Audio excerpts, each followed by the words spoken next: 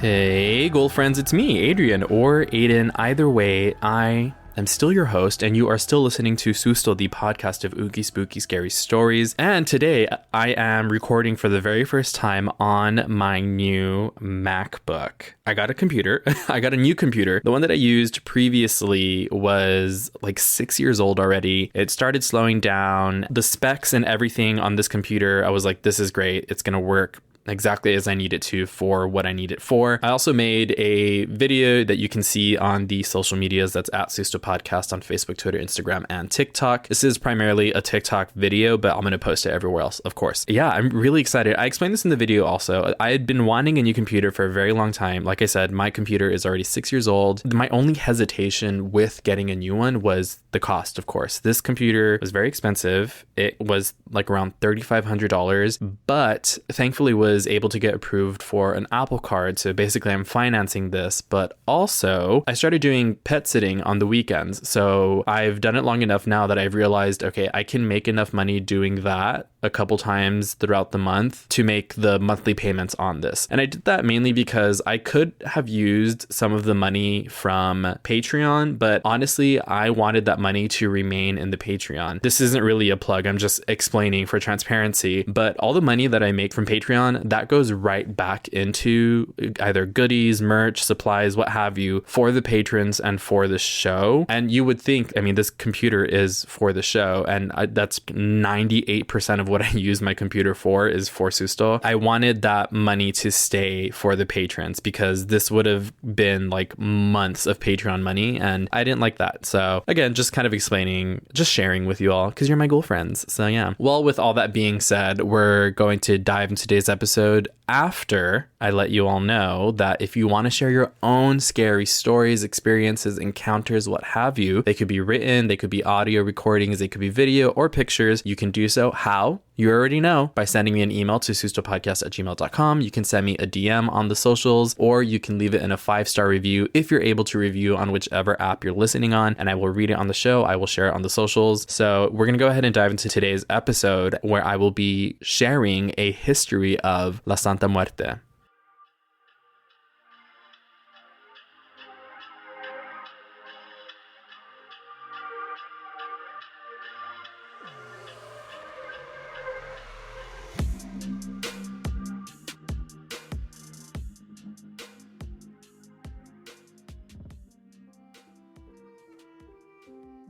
Nuestra Señora de la Santa Muerte, or Our Lady of Holy Death, often shortened to Santa Muerte, is a cult image, female deity, and folk saint in folk Catholicism and Mexican neo-paganism.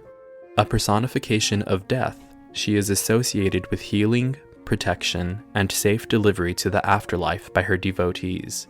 Despite condemnation by leaders of the Catholic Church and more recently evangelical movements, her following has become increasingly prominent since the turn of the 21st century.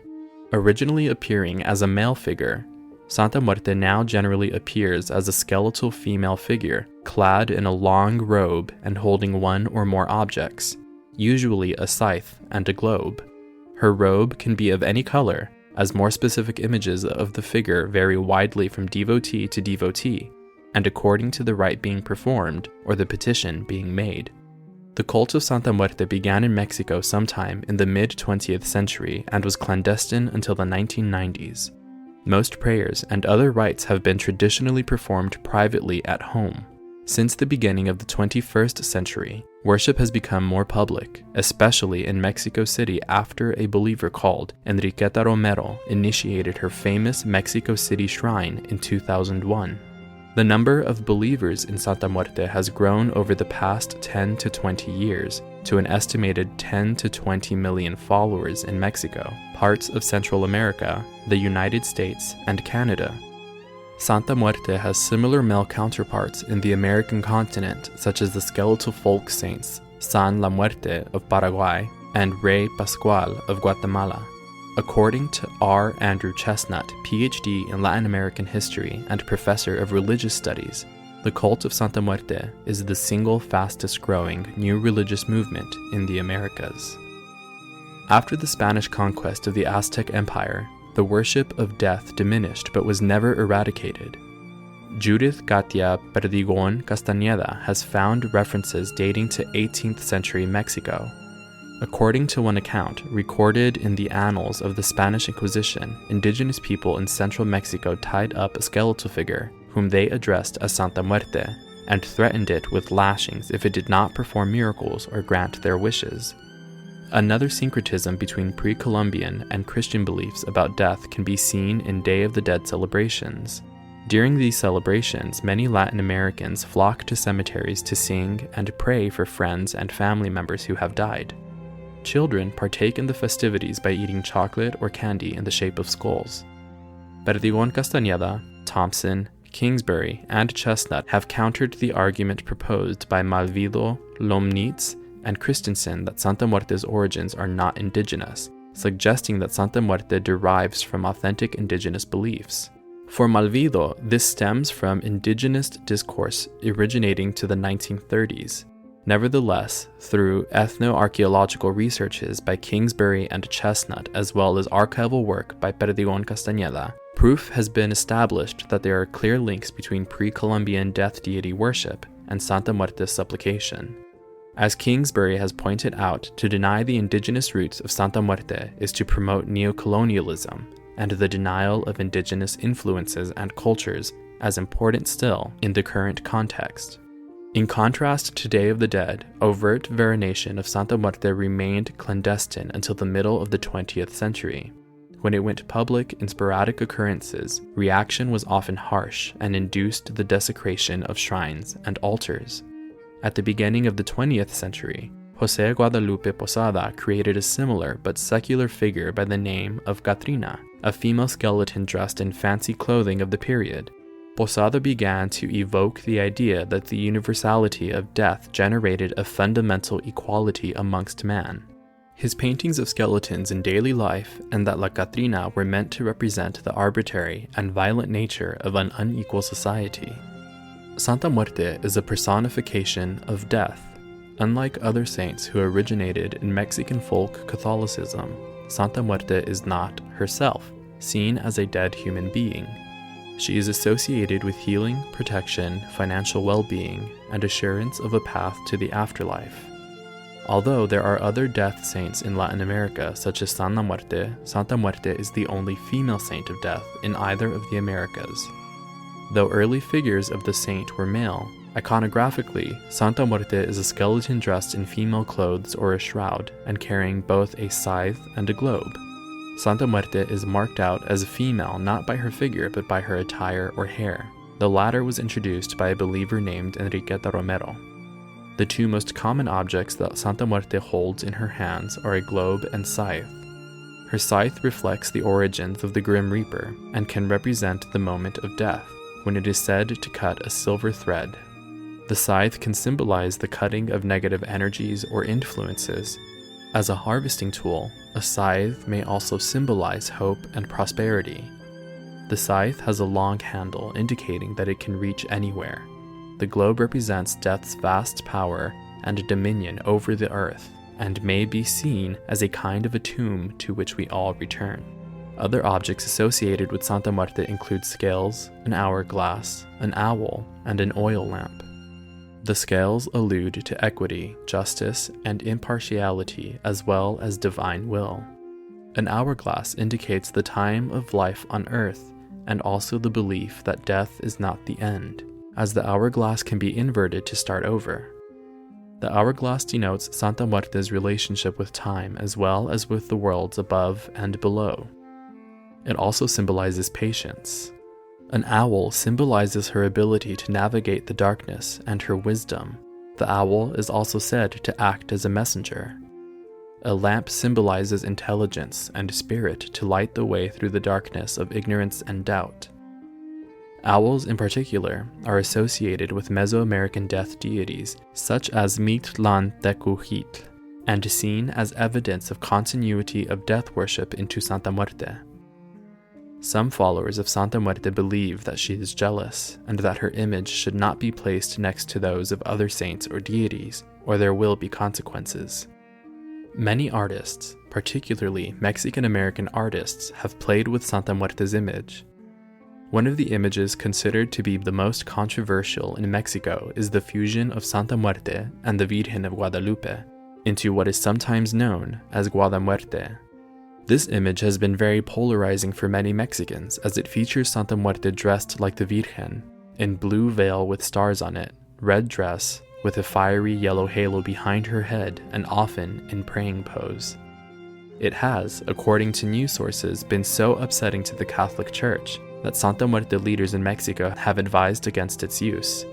While in the Santa Muerte community, some leaders and devotees are angered that their powerful, formidable folk saint would be conflated with a completely separate entity and suffering female figure, the Virgen of Guadalupe, as the practices are different on many levels. Rites dedicated to Santa Muerte include processions and prayers with the aim of gaining a favor. Some believers of Santa Muerte remain members of the Catholic Church, while millions are cutting ties with the Catholic Church and founding independent Santa Muerte churches and temples. Altars of Santa Muerte temples generally contain one or multiple images of the lady, generally surrounded by any or all of the following: cigarettes, flowers, fruit, incense, water, alcoholic beverages, coins, candies, and candles. According to popular belief, Santa Muerte is very powerful and is reputed to grant many favors. Her images are treated as holy and can give favors in return for the faith of the believer, with miracles playing as a vital role. As Señora de la Noche, or Lady of the Night, she is often invoked by those exposed to the dangers of working at night, such as taxi drivers, bar owners, police, soldiers, and sex workers. As such, devotees believe that she can protect against assaults, accidents, gun violence, and all types of violent death. The image is dressed differently depending on what is being requested.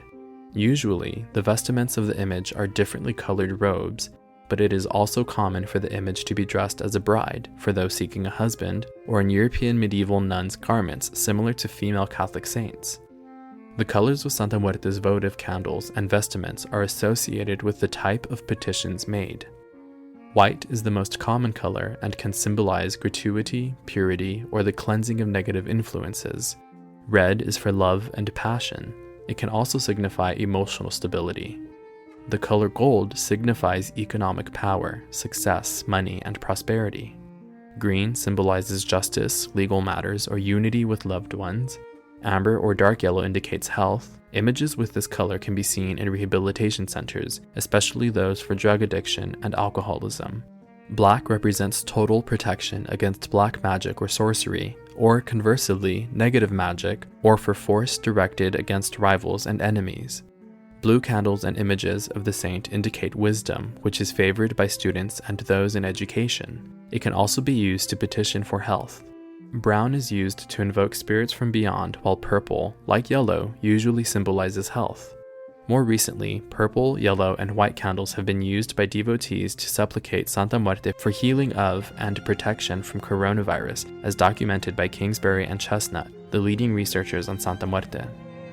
Devotees may present her with a polychrome 7-color candle, which Chestnut believed was probably adopted from the 7 Powers candle of Santeria, a syncretic faith brought to Mexico by Cuban migrants. Here, the 7 colors are gold, silver, copper, blue, purple, red, and green. In addition to the candles and vestments, each devotee adorns their own image in their own way, using US dollars, gold coins, jewelry, and other items. Santa Muerte also has a saint's day, which varies from shrine to shrine. The most prominent is November 1st, when the believer Enriqueta Romero celebrates her at her historic Tepito shrine, where the famous effigy is dressed as a bride. Others celebrate her day on August 15th. According to Chestnut, the cult of Santa Muerte is generally informal and unorganized. Since worship of this image has been, and to a large extent still is, clandestine, most rituals are performed in altars constructed at the homes of devotees. Recently, shrines to this image have been mushrooming in public. The one on Dr. Vertes Street in Colonia Doctores is unique in Mexico City because it features an image of Jesus Malverde, along with Santa Muerte. Another public shrine is in a small park on Matamoros Street very close to Paseo de la Reforma. Shrines can also be found in the back of all kinds of stores and gas stations. As veneration of Santa Muerte becomes more accepted, stores specializing in religious articles such as botanicas are carrying more and more paraphernalia related to the cult. Historian R. Andrew Chestnut has discovered that many botanicas in both Mexico and the US are kept in business by sales of Santa Muerte paraphernalia, with numerous shops earning up to half of their profits on Santa Muerte items. This is true even of stores in very well-known locations, such as Pasaje Catedral behind the Mexico City Cathedral, which is mostly dedicated to stores selling Catholic liturgical items. Her image is a staple in esoterica shops. There are those who now call themselves Santa Muerte priests or priestesses, such as Jacqueline Rodriguez in Monterrey. She maintains a shop in Mercado Juarez in Monterrey, where tarot card readers, curanderos, herbal healers, and sorcerers can also be found. In essence, they have created their own new religion that reflects their realities, hardships, identity, and practices, especially since it speaks to the violence and struggle for life that many of these people face. Conversely, both police forces and the military in Mexico can be counted among the faithful who ask for blessings on their weapons and ammunition. While worship is largely based in poor neighborhoods, Santa Muerte is also venerated in affluent areas such as Mexico City's Condesa and Coyoacán districts. However, negative media coverage of the worship and condemnation by the Catholic Church in Mexico and certain Protestant dominations have influenced public perception of the cult of Santa Muerte. With the exception of some artists and politicians, some of whom perform rituals secretly, those in higher socioeconomic strata look upon the veneration with distaste as a form of superstition. Santa Muerte is also revered and seen as a saint and protector of the lesbian, gay, bisexual, transgender, and queer communities in Mexico, since LGBTQ+ people are considered and treated as outcasts by the Catholic Church, evangelical churches, and Mexican society at large. Many LGBTQ+ people ask her for protection from violence, hatred, disease, and to help them in their search for love. Her intercession is commonly invoked in same-sex marriage ceremonies performed in Mexico. The Church of Santa Muerte recognizes gay marriage and performs religious wedding ceremonies for queer couples. In the Mexican and US press, the cult of Santa Muerte is often associated with violence, criminality, and the illegal drug trade. She is a popular deity in prisons, both among inmates and staff, and shrines dedicated to her can be found in many cells. Altars with images of Santa Muerte have been found in many drug houses in both Mexico and the United States. Among Santa Muerte's more famous devotees are kidnapper Daniel Arizmendi Lopez, known as El Mocha Orejas, and Gilberto Garcia Mena, one of the bosses of the Gulf Cartel. In March 2012, the Sonora State Investigative Police announced that they had arrested 8 people for murder for allegedly having performed a human sacrifice of a woman and 2 10-year-old boys to Santa Muerte.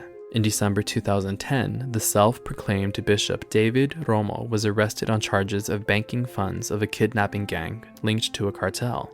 He continues to lead his sect from his prison, but it is unfeasible for Romo or anyone else to gain dominance over the Santa Muerte cult. Her faith is spreading rapidly and organically from town to town, such that it is easy to become a preacher or messianic figure. Drug lords like that of La Familia Cartel take advantage of gangster foot soldiers' vulnerability and enforced religious obedience to establish a holy meaning to their cause that would keep their soldiers disciplined. Since the mid-20th century, and throughout the 21st century, the religion of Santa Muerte and her devotees have been regularly discriminated, ostracized, and socially excluded, both by the Catholic Church and various evangelical Pentecostal Protestant churches in Mexico and the rest of Central America. The Catholic Church has condemned the cult of Santa Muerte in Mexico and Latin America as blasphemous and satanic, calling it a degeneration of religion. When Pope Francis visited Mexico in 2016, he repudiated Santa Muerte on his first full day in the country, condemning Santa Muerte as a dangerous symbol of narco-culture. Latin American Protestant churches have condemned it too as black magic and trickery. Mexico's Catholic Church has accused Santa Muerte devotees, many of whom were baptized in the Catholic religion despite the difference of belief and the fact that Santa Muerte churches and temples have instituted a separate baptism practice, of having turned to devil worship. Catholic priests regularly chastise parishioners telling them that death is not a person, but rather a phase of life. However, the church stops short of labeling such followers as heretics, instead accusing them of heterodoxy. Other reasons the Mexican Catholic Church has officially condemned the worship of Santa Muerte is that most of her rites are modeled after Catholic liturgy, and some Santa Muerte devotees eventually split from the Catholic Church and began vying for control of church buildings. Despite the many attempts from the Catholic Church and Protestant churches to undermine the devotion to Santa Muerte in Mexico and elsewhere, along with religious discrimination and accusations towards her followers, the religion of Santa Muerte has enjoyed a steady growth and spread in the American continent since the mid-20th century, and is considered by scholars of religion to be the single fastest growing new religious movement in the Americas.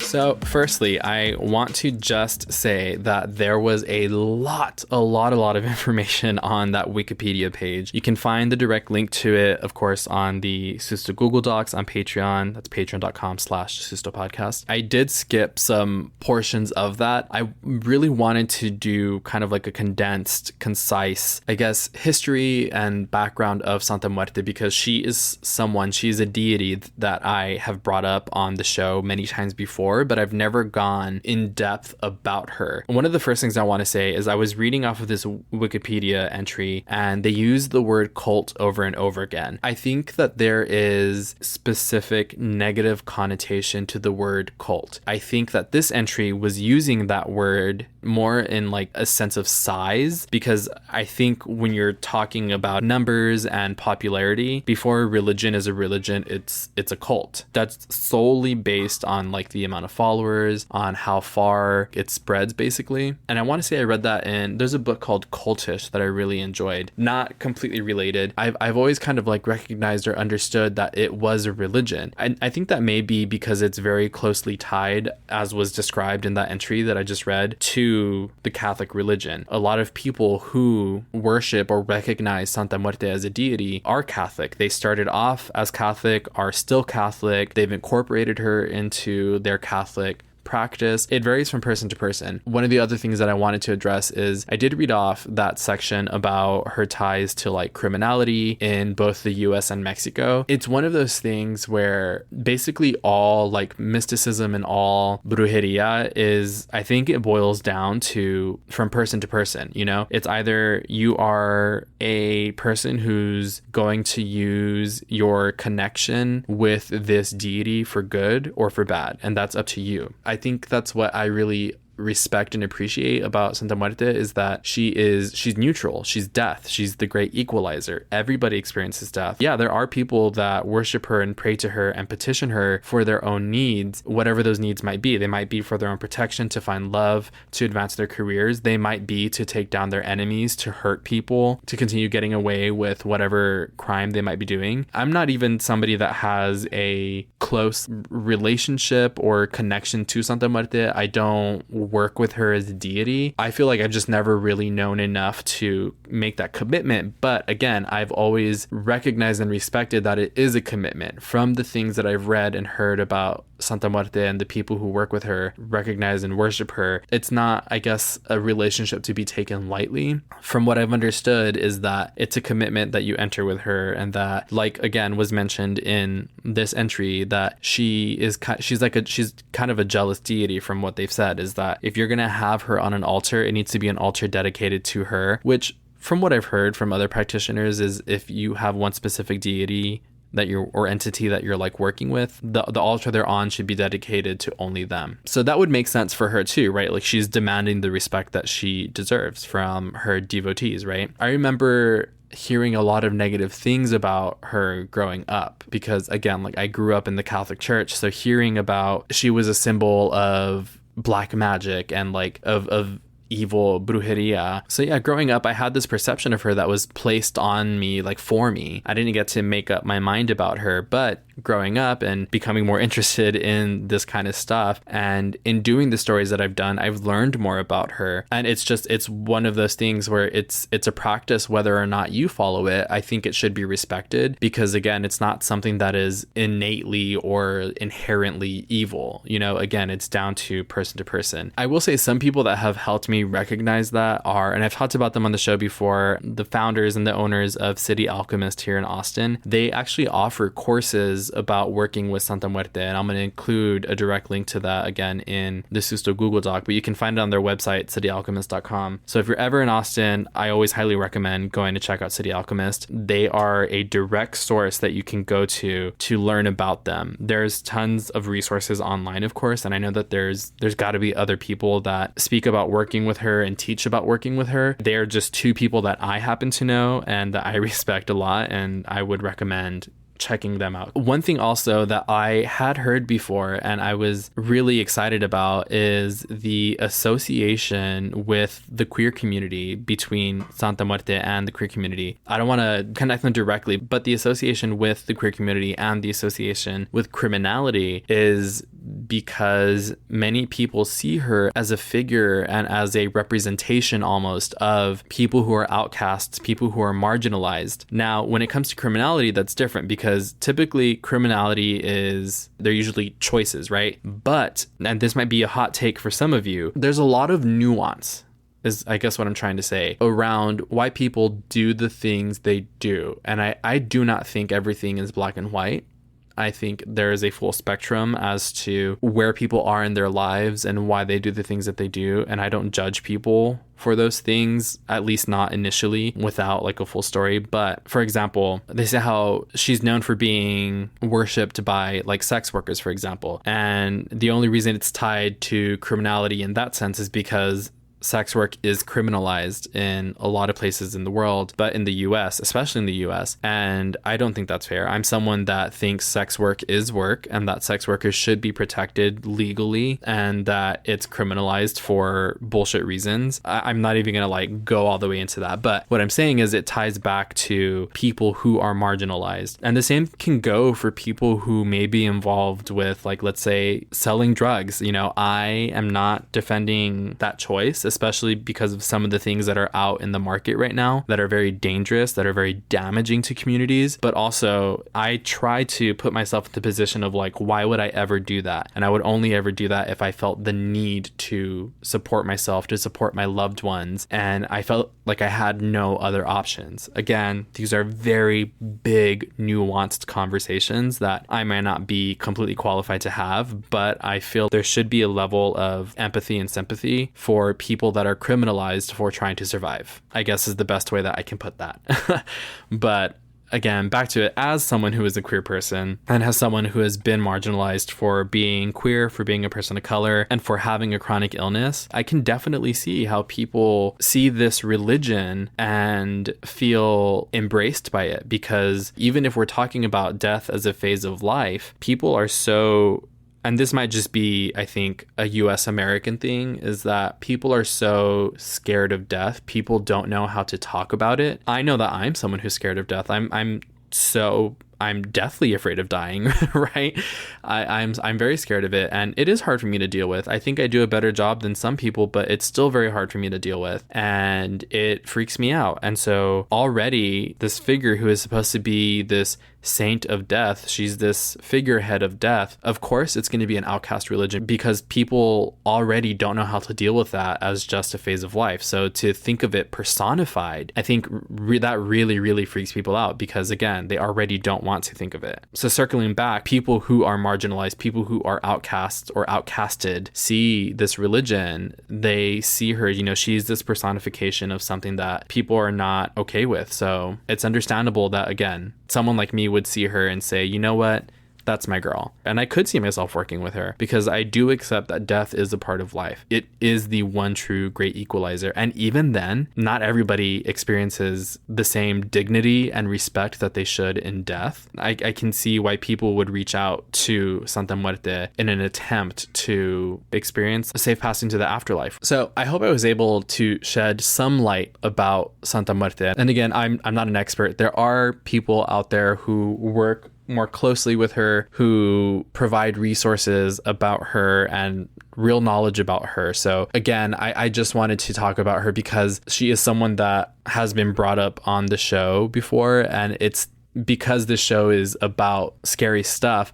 Typically when she's brought up, it's kind of in a negative light. It's because like, oh, this person was doing this messed up thing and they found statues of her around, or this house was scary and it turned out to be a drug person's house and there was iconography of Santa Muerte there. You know, I really just wanted to address that Santa Muerte is not, again, inherently a negative religion. It's not a negative practice, and people who work with her are not always bad people. Sometimes they're just looking for protection to survive, you know, which is, I think, what a lot of people turn to any religion for. And so I think it's something that should be understood and respected before making a judgment about it.